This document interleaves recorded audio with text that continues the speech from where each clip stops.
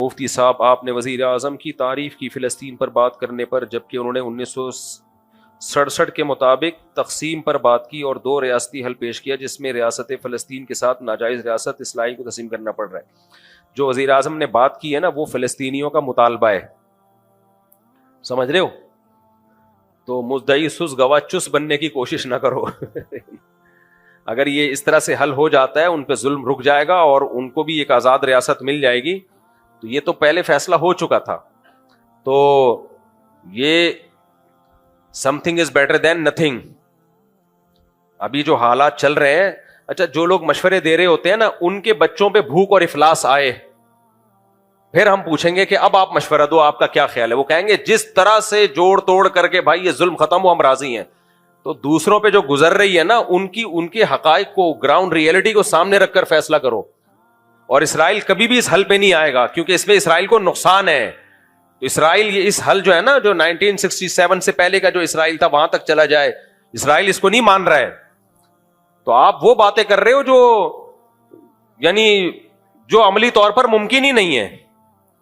تو اس لیے وہ بات کرو جو فلسطینیوں کے حق میں ہو۔ دیکھو میں آپ کو ایک بات بتاؤں، ابھی اس پاکستان میں سیاسی اکھاڑ پچھاڑ چل رہی ہے۔ جیسے جب عمران خان کوئی اچھا کام کرتا تھا، مخالفین نے کیڑے ہی نکالنے تھے کہ نہیں نکالنے تھے؟ ہر اچھے کام کو گھما پھرا کے غلط قرار دینا تھا۔ تو ہم نے ہمت کی، ہم نے عمران خان کے اچھے کام کی تعریف کی۔ تو اب یہ کام موجودہ حکومت کے ساتھ ہو رہا ہے۔ موجودہ حکومت سے ہمارے بھی درجنوں اختلافات ہیں، لیکن اگر کوئی اچھا کام کرے تو ہمارے پی ٹی آئی کے جو دوست ہیں وہ بیٹھے ہوئے ہیں توپے لے کے۔ میں کہتا ہوں یہی تقریر عمران خان کرتا تو واہ واہ ہو جاتی، بلے بلے دیکھو کیا زبردست جاندار تقریر کر کے آیا ہے۔ تو مجھے یہ ایسا لگ رہا ہے کہ یہ ذاتی بغض اور ذاتی انا کا کچھ مسئلہ زیادہ بنا ہوا ہے۔ تو پھر بھائی ہم لوگ ہم نے ہماری پالیسی ہے کہ کوئی بھی اچھا کام کرے گا ہم اس کی اپریشیٹ کریں گے۔ تو جب عمران خان نے کیا تھا ہم نے سلوٹ کیا، شہباز شریف نے کیا تو ہم اس کو بھی سلوٹ کر رہے ہیں۔ تو اس نے اچھی بات کی۔ اب اس پہ کچھ لوگ اعتراضات کر رہے ہیں، یہ تو اسرائیل کو تسلیم نہیں کر رہے۔ فلسطین کی باقاعدہ ایک پاورفل ریاست جس میں بیت المقدس کس کے ہاتھ میں ہوگا؟ فلسطین کے۔ تبھی اسرائیل اس سجیشن پہ قطعاً راضی نہیں ہے۔ وہ جو حل پیش کر رہا ہے اس حل میں تو یہ ہے کہ بالکل فلسطینیوں کو نہتا کر دیا جائے۔ تو اس کے مقابلے میں یہ جو بات کی ہے یہ بہت جاندار بات ہے، اس پہ قوم کو اپریشیٹ کرنا چاہیے۔ تو اپنے ذاتی اختلافات کو ایک طرف کر کے، سمجھتے ہو کہ نہیں سمجھتے؟ بعض لوگ تو یہاں تک بات کر رہے ہیں کہ یہ اسرائیل کو تسلیم کرنے جا رہے ہیں، اسرائیل کو تسلیم کرنے جا رہے ہیں۔ ایسا نہیں ہے، پاکستان اسرائیل کو تسلیم کرنے نہیں جا رہا، نہ فوج اسرائیل کو تسلیم کرنے کا کوئی اشارہ دیتی ہے، اور دور دور تک کوئی ارادہ نہیں ہے فوج کا اسرائیل کو تسلیم کرنا۔ بھائی اسرائیل پاکستان کا اتنا بڑا دشمن ہے ہی اسی لیے، بھارت سے اس نے پاکستان پہ اٹیک کروایا اس لیے کہ اس کو پتا ہے کہ کباب میں جو اس وقت سب سے بڑی ہڈی ہے وہ کون سی ہے؟ وہ پاکستان ہے۔ اور پاکستان کے سیاستدان نہیں ہے، فوج ہے۔ اگر سیاستدان ہوتے، فوج نہ ہوتی تو کچھ نہیں کرنا تھا اس نے، کیونکہ پاور سیاستدانوں کے ہاتھ میں نہیں ہوتی، پاور تو فوج کے ہاتھ۔ جی حکومت تھی اس نے گرائی نا، اب سیاسی حکومت تو بنا دی اس نے۔ اب عراق کی ساری پالیسیاں اسرائیل کے حق میں بنا رہے ہیں، بناتا رہے۔ صدام حسین کباب میں ہڈی بنا ہوا تھا ان کے، صحیح ہے نا؟ تو اس لیے اسرائیل کے لیے جو اس وقت کباب میں ہڈی ہے وہ پاکستان آرمی ہے، کیونکہ آرمی کا اسرائیلیوں کی بھی ایجنسیاں ہوتی ہیں۔ اگر آرمی کا تھوڑا سا بھی رجحان ہوتا نا، اسرائیلی ایجنسیوں کو پتا ہوتا کہ یہ تسلیم کرنے جا رہے ہیں، پھر انڈیا سے یہ کچھ اٹیک وٹیک نہیں کرواتے وہ۔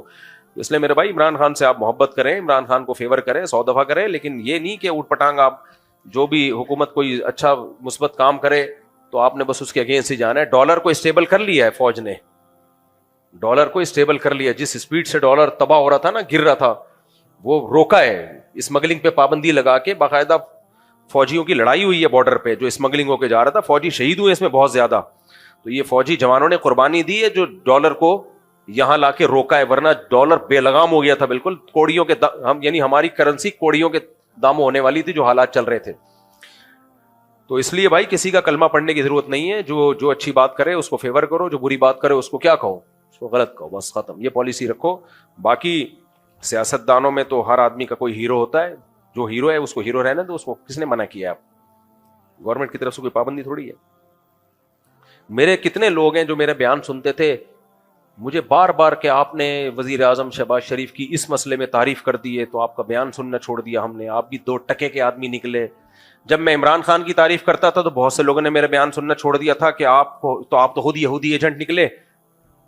اور اب میں نے میاں شہباز شریف نے جو اچھا کام کیا اس کی تعریف کر دی تو آپ بھی یہودی ایجنٹ نکلے.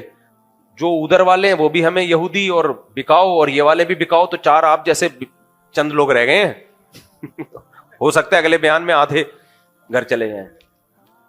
تو نہ اتنی جلدی کسی سے محبت کرو, نہ اتنی ذرا ذرا سی باتوں پہ کسی سے بدگمانی کرو. اور علماء کے بارے میں تو ایک بات یاد رکھو, علماء سے آپ دین سیکھنے کے لیے آتے ہو, جائز ناجائز سیکھنے کے لیے آتے ہو. تو میڈیکل سائنس کی وہ کوئی بات کریں, آپ بول دو مفتی صاحب غلط کہہ رہے ہیں. میں اگر بولتا ہوں میڈیکل سائنس یہ کہتی ہے کہ یہ کھانے سے طاقت آتی ہے, آپ بولو مفتی صاحب ہیں, مفتی صاحب نے اس دن جو مسئلہ بتایا تھا نا, اوپر والا پورشن بھائی بنائے تو یہ شرعن کیا ہے, یہ ٹھیک ہے. باقی مفتی صاحب نے جو بتایا کہ گوشت کھانے سے مسل بنتے ہیں, جم جانے سے یہ ہوتا ہے, یہ ڈاکٹروں کی فیلڈ ہے, مفتی صاحب سے اس میں غلطی ہوئی ہے. بول دو, کوئی ایسا مسئلہ نہیں ہے. یہ نہیں بولو کہ مفتی صاحب کذاب, دجال, پھینکو, بکاؤ, مفتی صاحب نے جم والوں سے پیسے لیے ہوئے ہیں تاکہ جم کے فضائل سنائیں. مفتی صاحب اس دن کہہ رہے تھے کہ دیسی مرغی کھایا کرو, اصل میں ان کا دیسی مرغی کا بزنس ہے. یہ پھر زیادتی ہو جائے گی. تو اختلاف کر لو, 100 دفعہ کر لو, بھائی ہماری فیلڈ ہی نہیں ہے نا یہ میڈیکل سائنس. اگر بول دوں تو آپ بولو غلط بول دیا, ختم. ہمارے بھی بعض بزرگ ایسے ہیں جنہوں نے کوئی بات کی, ہمارے شیخ حضرت مفتی رشید احمد صاحب, میں ان سے بیعت تھا اور ایسی عقیدت مجھے اب بھی ان سے ہے نا کہ آپ سوچ نہیں سکتے. لیکن وہ میڈیکل سائنس میں ڈاکٹروں کو کہتے تھے یہ الو بنانے کی مشینیں ہیں. اللہ معاف فرمائے.